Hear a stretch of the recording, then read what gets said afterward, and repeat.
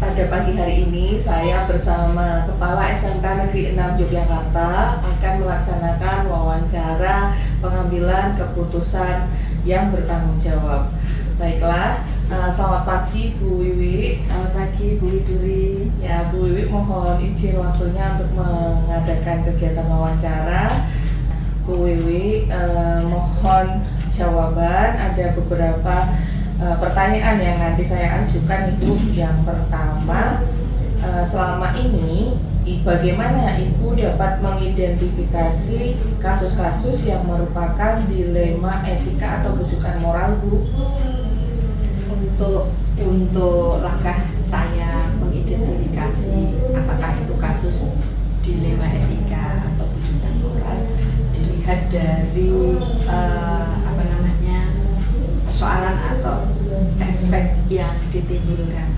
Biasanya munculnya persoalan itu kan kalau nggak ada komplain, aduan, kemudian di setiap kita ada verifikasi evaluasi, ada laporan seperti itu, kita bisa mengidentifikasi apakah ini tergolong ke dalam dilema etika atau rujukan moral.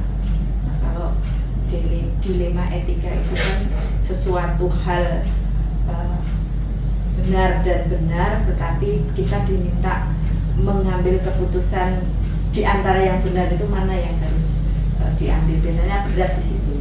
Kalau rujukan moral kan sudah jelas ada pelanggaran dan ada rule-nya yang jelas, sehingga itu bisa kita lihat. Contoh kasus real, misalnya sekolah itu sudah punya aturan tentang penilaian untuk peserta didik yang terkait dengan karakter, misalnya persentase kehadiran siswa. Di satu sisi kita sudah menetapkan nih di KOSP bahwa minimal 90% itu kehadiran siswa, itu sebagai salah satu pertimbangan bisa kenaikan ataupun kelulusan yang di sana mencerminkan karakter. Nah, karakternya apa saja? Tentu kedisiplinan, tanggung jawab, dan sebagainya.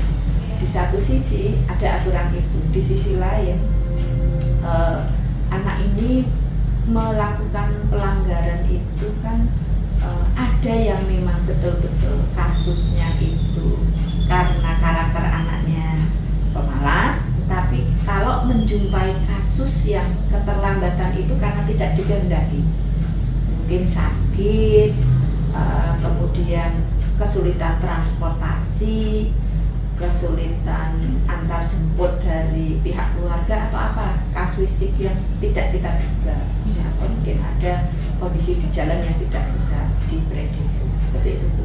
Oke, baik. Berikutnya, Bu, bagaimana pengalaman Ibu ketika menjalankan pengambilan keputusan di sekolah ini, terutama untuk kasus-kasus di mana ada dua kepentingan yang sama-sama benar atau sama-sama mengandung nilai kebajikan? Bagaimana Ibu akan melakukan pengambilan keputusan itu? Oke, ini menarik. Ada sebuah kasus, pernah ada satu siswa itu sering terlambat, kemudian oleh guru piket atau catatan di wali kelas dan BK dianggap anak ini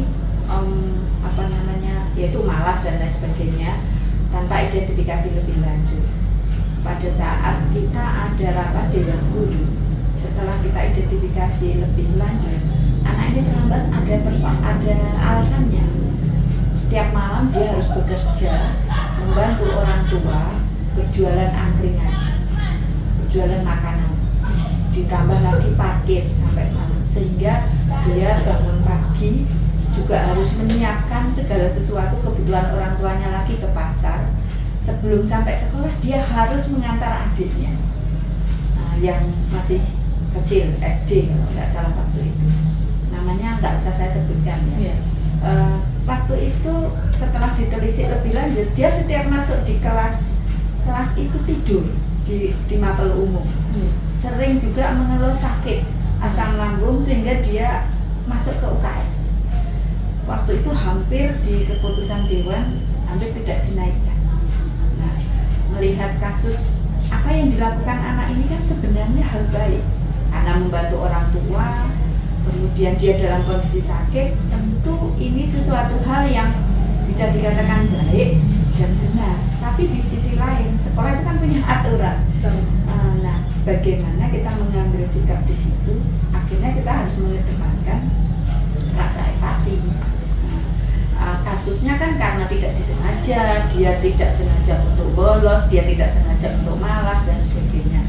Atas pertimbangan kemanusiaan dan memang yang dilakukan ini baik, akhirnya anak ini kita naik dengan kita menginformasikan ke seluruh guru bahwa ini anak ini punya kasus yang sebenarnya tidak diharapkan oleh si anak sendiri kondisi situasi itu.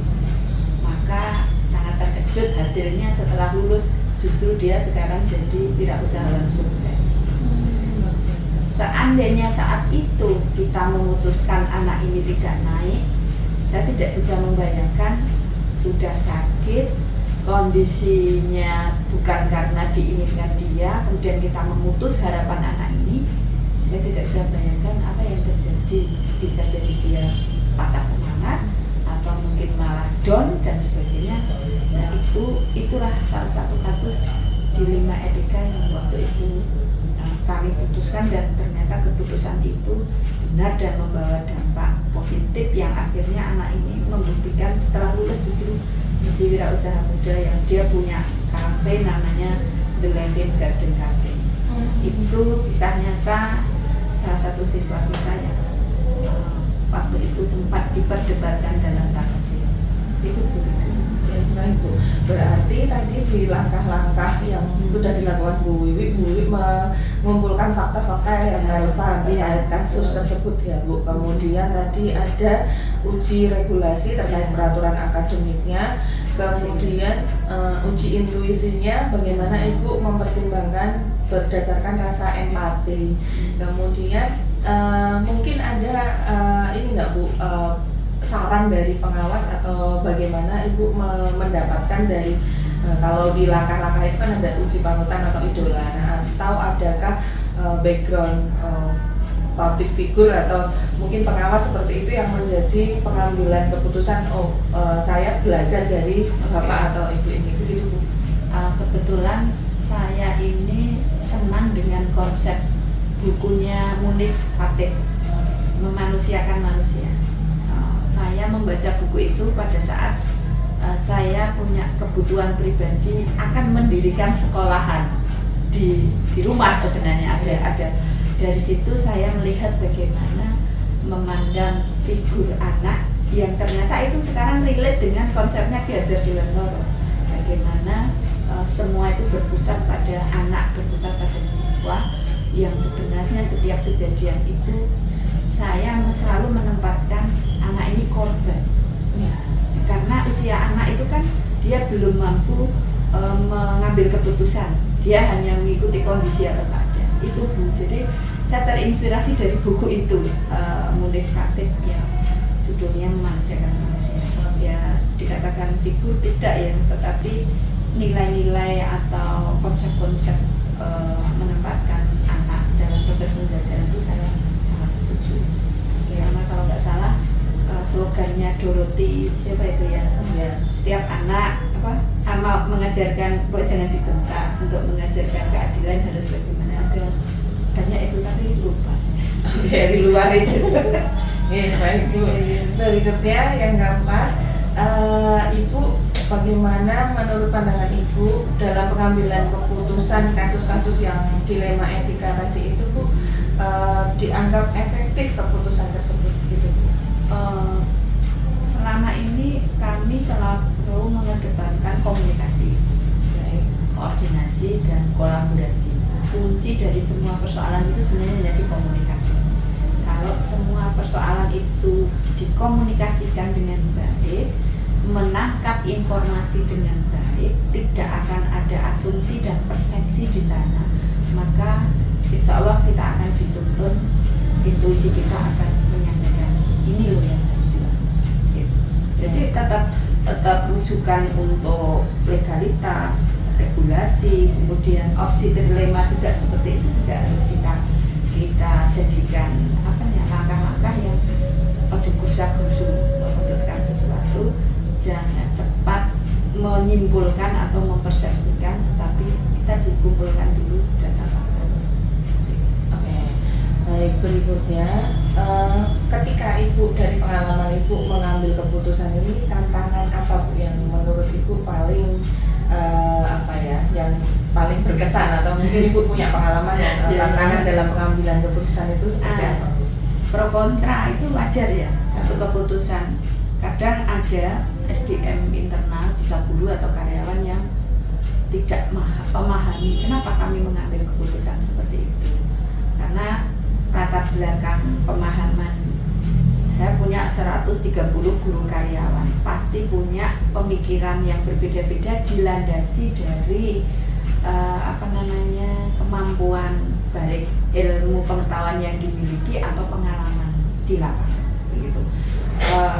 Mungkin kalau kepala sekolah itu kan top manajemen titik puncak yang harus memandang semuanya, tahu semua persoalan.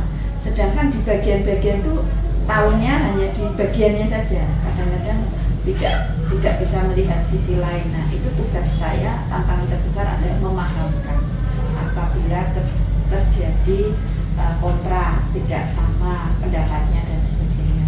Maka kita harus bisa mengambil keputusan terbaik di antara yang terburuk. Nah, itu yang terbaik di antara yang terburuk, karena ada pilihan gitu. Oke, baik. Berikutnya Bu, ketika Ibu mengalami atau menemui kasus dilema etika, bagaimana Ibu melakukan penyelesaiannya? Apakah langsung diselesaikan di tempat atau bertahap dengan jadwal menyelesaikan, atau bagaimana prosedur Ibu melakukan penyelesaian dilema etika tersebut? Ya pakai tahapan. Tadi tentunya kan kita harus investigasi, kita harus mengumpulkan informasi yang tepat, tidak sekedar laporan, tapi kalau ada dokumen-dokumen bukti fisik yang bisa mendukung, ya itu kita jadikan dasar. Juga pertimbangan agar menghapus apa itu persepsi, apa itu asumsi. Ini loh faktanya seperti ini loh aturannya begini. Kemudian kondisinya di lapangan seperti ini. Maka saya sering, apalagi di SMK, saya itu sangat betul kalau 1 ditambah 1 bisa 3, itu mungkin terjadi di situ. Artinya kebijaksanaan itu dibutuhkan. Baik. Berikutnya Bu, adakah pelibatan seseorang atau mungkin beberapa pihak atau mungkin faktor-faktor yang Ibu pertimbangkan atau Ibu libatkan untuk mempermudah atau membantu Ibu dalam mengambil keputusan dalam kasus dilema etika tersebut? Iya, pasti. Kalau kasusnya dengan siswa ya terkait proses pembelajaran ya dengan kurikulum, dengan kesiswaan, langsung dengan unsur-unsur yang terlibat. Kalau perlu menghadirkan orang tua, kita hadirkan. Kemudian jika kasus itu berat, ditangani. Kalau butuh pendampingan psikolog misalnya atau psikiater, ya kita kerjasama dengan pihak ketiga. Karena kita harus menyadari juga kompetensi SDM kita di internal. Seperti saya sendiri nggak bisa kalau kadang-kadang kasus anak itu ternyata menyeret ke orang tua, ada. Terus ada kasus, misalnya ini beda kasus ya, beda kasus, saya bullying misalnya. Jadi bullying, kita kadang bisa mendampingkan 2 siswa itu saat itu juga, tapi kita tidak pernah tahu efek jangka panjang yang dibully ini sebenarnya belum tuntas.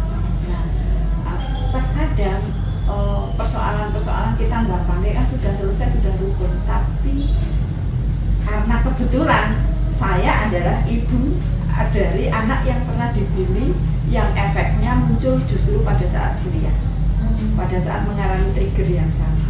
Nah, inilah kenapa saya sangat peduli untuk implementasi sekolah ramah anak, sepakat dengan student well-being, dengan konsep-konsep Piaget di Natoro. Di situ setiap pengambilan keputusan saya selalu menempatkan diri saya seolah-olah saya sebagai orang tua di sekolah itu, sehingga pasti akan selalu berseberangan pendapatnya dengan kawan-kawan, karena saya selalu menempatkan aku sebagai orang tua ini apa yang saya rasakan, apa yang akan saya lakukan. Disitulah saya melibatkan banyak pihak, tidak mungkin saya sendiri untuk penyelesaian persoalan tertentu. gitu. Pemulihan secara psikologis, memberikan motivasi, memberikan pendampingan seandainya benar-benar anak itu salah. Anak kan sudah down, wes salah, kita memberi judgement, apalagi misalnya ada punishment, tapi kadang nggak terpikir orang di judgement, di punishment itu kan mesti butuh penguatan. Nah inilah peran fungsinya psikolog hadir ke sana, biar dia semangat lagi. Oke, kesalahan itu bisa diperbaiki kok. Nah itu yang kadang-kadang lupa tidak kita lakukan atau belum banyak dilakukan oleh kawan-kawan kelas, BK dan lain sebagainya. Kita hanya fokus di penyelesaian masalah tapi tidak tuntas di penyelesaian ke arah pribadi. Nah itu yang jadi pegangan saya selama ini. Alhamdulillah ya banyak kasus bisa. Baik Bu, pertanyaan yang terakhir.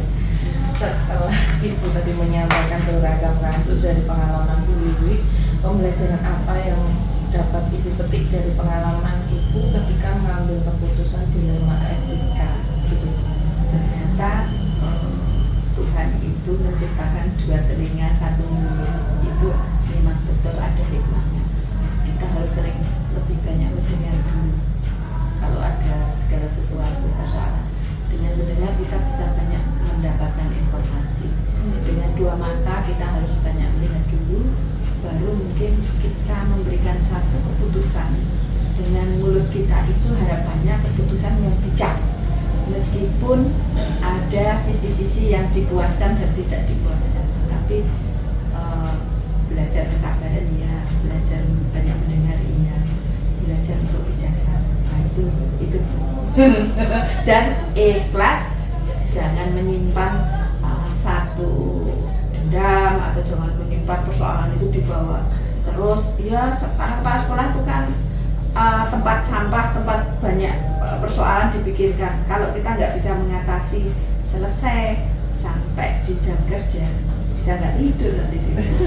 Nah itu harus dipelajari Bu. Nah, saya nggak bayangkan baru kepala sekolah ya presiden yang ngomong dengan presiden. Itu ya Bu. Ya Bu, baik, terima kasih luar biasa Bu Wiwi pengalamannya, insya Allah sangat menginspirasi. Dan terima kasih semua jawaban dari Bu Wiwi. Terima kasih atas waktunya. Wassalamualaikum warahmatullahi wabarakatuh. Waalaikumsalam, sukses Ya Bu, cepat lulus.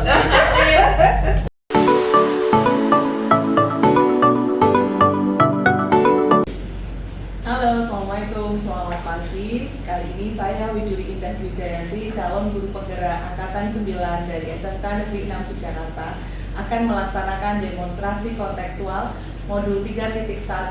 Kali ini saya bersama Bapak Setio Budi Sungkowo, SPD MPD selaku Kepala SMK Negeri 7 Yogyakarta, yang akan menjadi narasumber wawancara dengan kepala sekolah. Selamat pagi Pak Budi. Selamat pagi Bu Duri. Apa kabar Pak Budi? Alhamdulillah sehat. Ya, terima kasih Bapak sudah meluangkan waktu dalam kegiatan wawancara pagi hari ini. Bapak, pagi hari ini saya ada sekitar 8 pertanyaan yang akan saya ajukan kepada Bapak terkait pengalaman Bapak dalam mengambil keputusan yang bertanggung jawab. Nah, sudah siap ya Bapak? Bismillah. Oke, baik.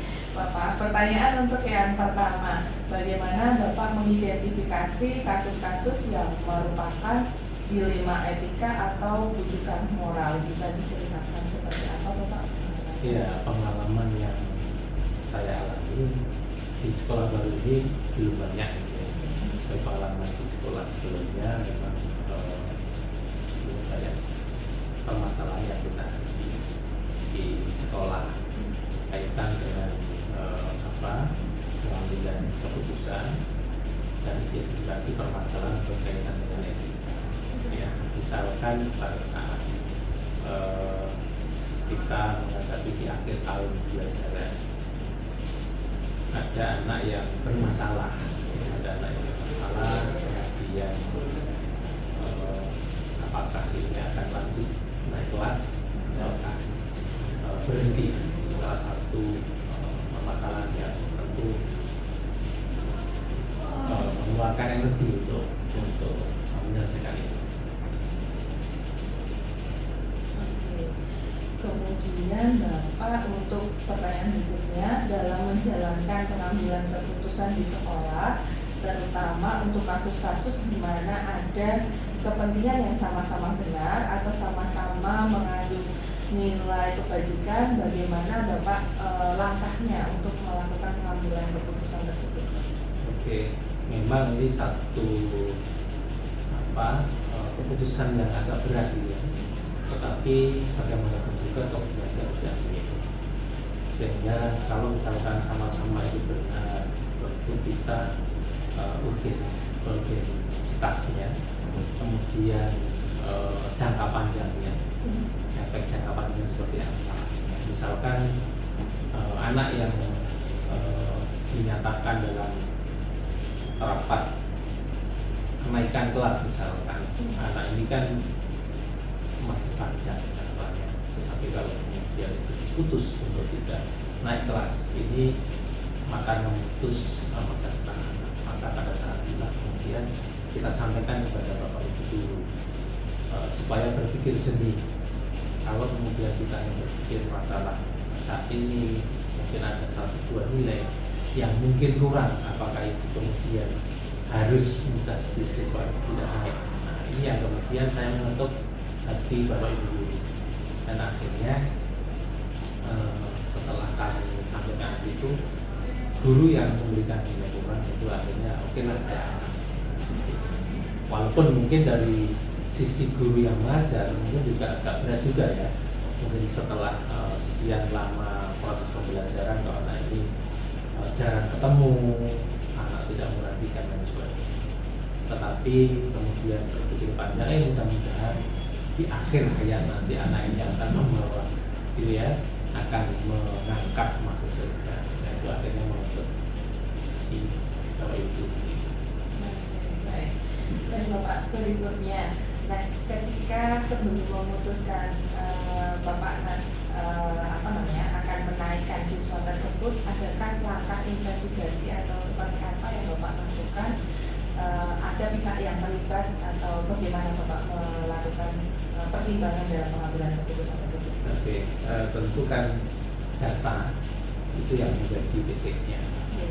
Semua guru yang mengajar di kelas itu kemudian presensi dari kita seperti apa. Kalau kemudian kita melihat, oh ternyata hanya guru tertentu yang memberikan nilai kurang, ya, tetapi guru yang lain tidak ada masalah. Jangan-jangan ini yang bermasalah bukan siswanya, tapi sebenarnya gurunya. Dan ini terjadi, ya, ini terjadi. Ternyata guru itu tidak hanya bermasalah di kelas itu, tapi ternyata juga bermasalah di kelas lain. Nah ini terjadi betul, dan akhirnya ya guru itu menyadari bahwa memang mungkin cara mengajar yang kurang pas atau pendekatan kepada anak yang kurang pas. Dan akhirnya setelah semua komponen Bapak Ibu guru TK yang mengajar di kelas itu memberikan masukan, akhirnya jadi keputusan. Oke lah, dari data yang ada karena diberikannya ya KKI. Baik Pak, kemudian hal-hal apa saja yang selama ini menjadi tantangan dalam mengambil keputusan pada kasus dilema etika yang contohnya ini dalam mempertimbangkan kenaikan kelas atau lulus begitu Pak? Apa saja yang menjadi tantangan? Ya pasti pro kontra antara guru itu pasti ada, terutama guru-guru yang mungkin memberikan nilai kurang tadi karena dirasa di kelas kok mungkin anak tidak kooperatif, diajar guru tersebut mungkin kurang memperhatikan dan sebagainya, nggak ada rasa berat hati kalau anak itu diangkat gitu ya. Tetapi ya saya sampaikan kembali bahwa kita itu adalah mendidik, bukan hanya mengajar. Kalau mengajar itu bukan memberikan nilai, tapi yang mendidik itu memang berpanjang. Kita introspeksi, ya, kita introspeksi bagaimana kita memberikan pembelajaran di kelas. Apakah pada saat kita masuk di kelas itu langsung mengajar, memberikan materi, ataukah memang ada proses pendidikan di sana? Karena kita itu mendewasakan anak, sehingga pada saat di kelas itu kalau Bapak Ibu guru mengajar itu langsung masuk ke materi tanpa memperhatikan bagaimana kesiapan anak, komunikasi anak dibangun dulu, itu ya sama saja. Gitu. Nah, akhirnya melalui perdebatan yang mungkin agak panjang itu saya alami betul waktu di SMK dulu bahwa ternyata guru ini memang ya keras juga, tapi akhirnya bagaimanapun juga kita mengambil keputusan dan tentu masa depan anak yang berprioritas. Baik, berikutnya Bapak, apakah menurut Bapak memiliki sebuah tata kelola atau jadwal tertentu dalam penyelesaian sebuah kasus? Kemudian apakah misalnya Bapak menyelesaikan langsung di tempat atau memiliki tahapan tertentu atau prosedur untuk pengambilan keputusan tersebut? Oke. Jadwal khusus tidak ada, tetapi kita melihat tingkat permasalahan. Kalau memang permasalahan itu segera bisa diselesaikan di tempat itu, maka segera selesai. Tapi kalau kemudian harus menunggu waktu momen yang tepat, dan apalagi mungkin permasalahan agak berat, itu kita mengambil langkah waktu, tempat yang pas. Menyelesaikan masalah. Baik. Berikutnya yang terakhir Bapak, nah dari pengalaman Pak Budi dalam mengambil keputusan terkait siswa tadi, pelajaran apa Pak yang Bapak bisa petik ketika dalam mengambil keputusan terkait dilema etika tersebut? Ya, tentu kita juga sebagai manusia biasa. Dan kemudian setelah keputusan itu diambil, kemudian kita flashback apakah di dalam hati kita bertanya apakah langkah yang kita ambil itu benar atau salah, itu pasti. Tapi kemudian kita kembalikan bahwa kita itu berada di lingkungan pendidikan, kita di pelayanan pendidikan, tentu masa depan anak itu menjadi prioritas. Kalau memang keputusan ini menguntungkan bagi anak untuk masa depan anak, itu kadang-kadang setelah keputusan itu juga ada pertanyaan dari diri kita, benar atau tidak keputusan yang akan ambil. Tapi alhamdulillah selama yang saat ini berjalan, artinya ya tidak ada friksi, tidak ada kelanjutan dari keputusan yang tadi. Tidak ada masalah yang mengikuti gitu ya, tidak ada masalah yang kemudian timbul kembali setelah keputusan kita. Itu artinya ya insya Allah itu keputusan. Baik. Sepertinya cukup Pak Budi, terima kasih sudah memberikan Sama-sama. inspirasi. Satu Widuri, Widuri. Pak. Iya. Iya, terima kasih sudah. Lancar semua. Amin. Terima kasih atas waktunya dan sangat menginspirasi. Pengalaman untuk mengambil keputusan bisa menjadi pembelajaran untuk saya. Matur nuwun Pak Iya, Budi. sama-sama. Selamat pagi. Assalamualaikum warahmatullahi wabarakatuh. Waalaikumsalam.